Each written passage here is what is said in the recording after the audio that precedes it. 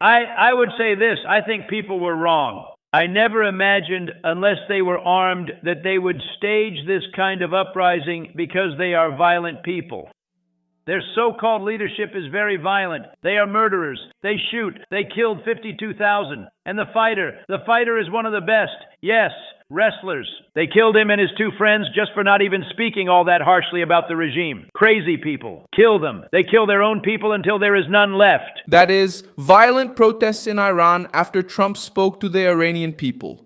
The streets of Tehran once again saw clashes while Donald Trump said that the regime should prepare for new pressure from the United States.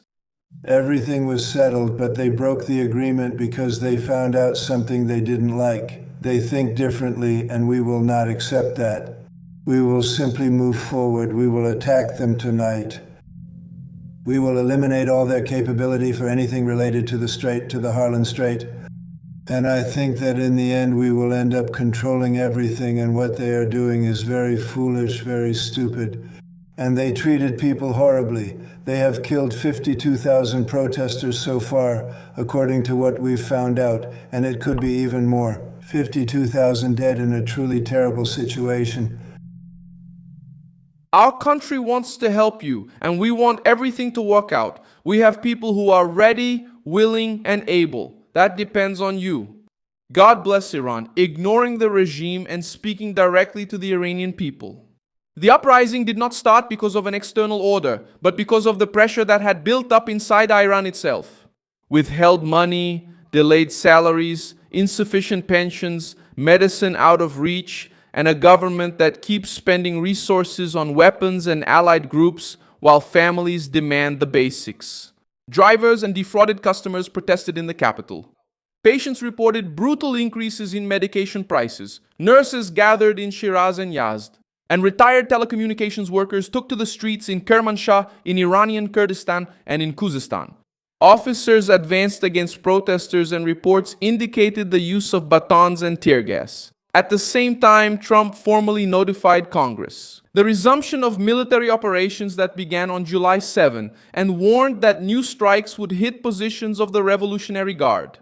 The regime is now trying to contain military pressure from outside and social unrest from within. This is what made so many Iranians lose their fear. Because the government can't even pay or protect its own population. How will Tehran keep the streets under control while the United States tightens the noose? I'll tell you all about it in a moment. If you like this kind of content, straightforward and to the point. Consider subscribing, because here we have videos like this every day. The most intense flashpoint was in Tehran, where hundreds of drivers and customers connected to the companies Ayam, Ilial, and Montaz gathered for the second day in a row. They accused the companies of withholding paid amounts and canceling deals related to the purchase of vehicles and trucks. The protests began over economic grievances. But it gained political weight when security forces moved in to disperse the group. Videos shared on social media show pushing and shoving. People running and protesters shouting against the repression. Hey!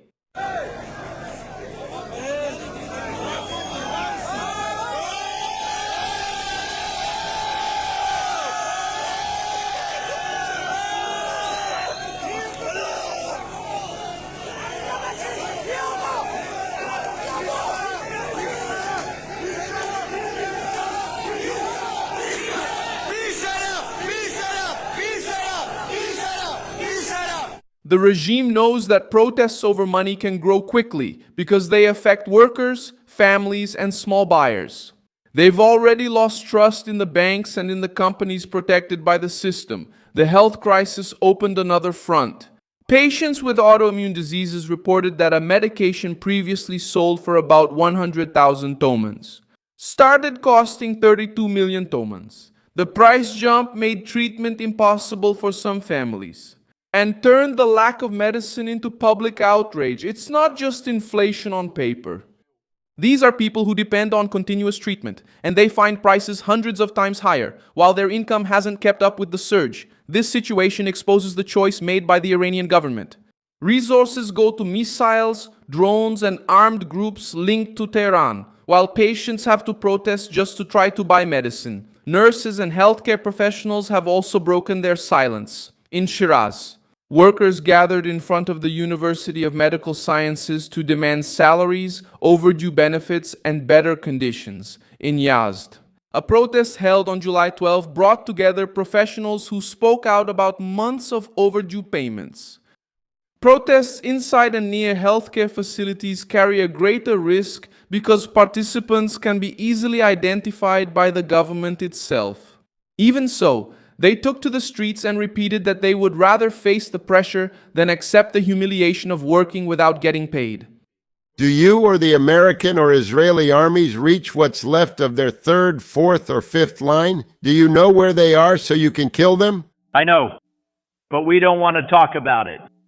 But we're certainly watching. Yes, I know a lot about this subject. I know a lot, but I don't think it's appropriate to talk about it right now. But let's talk seriously about it now. For example, we're going to hit them hard tonight, and we're going to hit them hard tomorrow. And there's nothing they can do about it. They have nothing. They have nothing but big mouths. Keep it up, President. It was really good to do that because I got to know them. And it's much better they say I was reasonable, but I met them and they're crazy cold people. Trump entered the picture speaking directly about the Iranians' weakness in the face of the regime's forces. In an interview on July 13th, he stated that the population does not have weapons to face the armed state apparatus and warned of the risk of more deaths if crowds are attacked. Soon after, he promised to strike the Iranian government with force during the night and the following day. He also said that Iranians should prepare because the United States was coming. His statement increased psychological pressure on Tehran just as people were taking to the streets again for economic and social reasons. The White House also turned the threat into a formal act. Trump sent a communication to Congress dated July 10th informing them that operations had resumed on July 7th.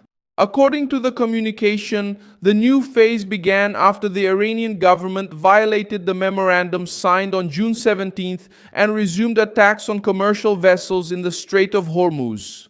By officially recording the resumption, Trump started a new countdown under the War Powers legislation and made it clear that the pressure would not be just verbal. The United States Central Command confirmed a 5-hour offensive completed on the night of July 13th.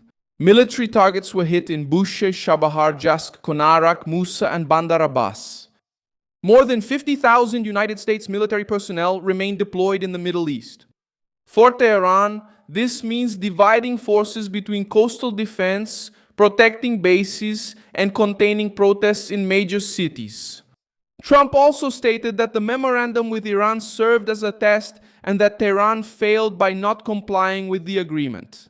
The Revolutionary Guard also suffered a diplomatic blow in the United Kingdom. The British government announced on July 13th that support for the group would be banned under new rules against threats linked to foreign governments. Reza Pahlavi supported the decision and stated that the move recognizes the threat posed by the regime against British citizens and interests. Pahlavi also called on Western governments to step up their support for the Iranian people's fight for freedom. His reaction connects external pressure to internal protests, but it does not erase the real origin of the uprising, which is the daily life of Iranians themselves. The memorandum of understanding that his negotiators brought was just a sham document. It was made to collapse. It was made to test. It was a test. We didn't know. Look, a memorandum of understanding doesn't mean much with scoundrels, and it doesn't mean much with honorable people either. Because it's just a memorandum of understanding. It doesn't mean much. I said, because we are, look, it's standard practice in Zeriu. You make a memorandum of understanding and then the agreement. I said, go straight to the agreement first. It was kind of a test, and they weren't there. They didn't honor it. We had already agreed on this several times. I said, watch, I guarantee it, and they never kept their word. Tehran faces an increasingly narrow choice. Moving Revolutionary Guard units to crack down on street protests weakens the protection of military facilities that are being targeted. If it keeps those forces focused on defense against the United States, it allows economic protests to gain ground and connect. The police can disperse groups with tear gas and batons, but they can't lower prices, return money, pay nurses, or restore pensions. That's where the Iranian government shows its greatest weakness. Now it needs to answer to a population demanding food, wages, healthcare, and dignity. The regime demands sacrifice from those living in Iran while protecting its own power. Thank you very much for watching this video until the end. Support our project and contribute financially using the Pix key shown on your screen. We are an independent channel focused on bringing you the truth. Your contribution helps us keep going. Thank you.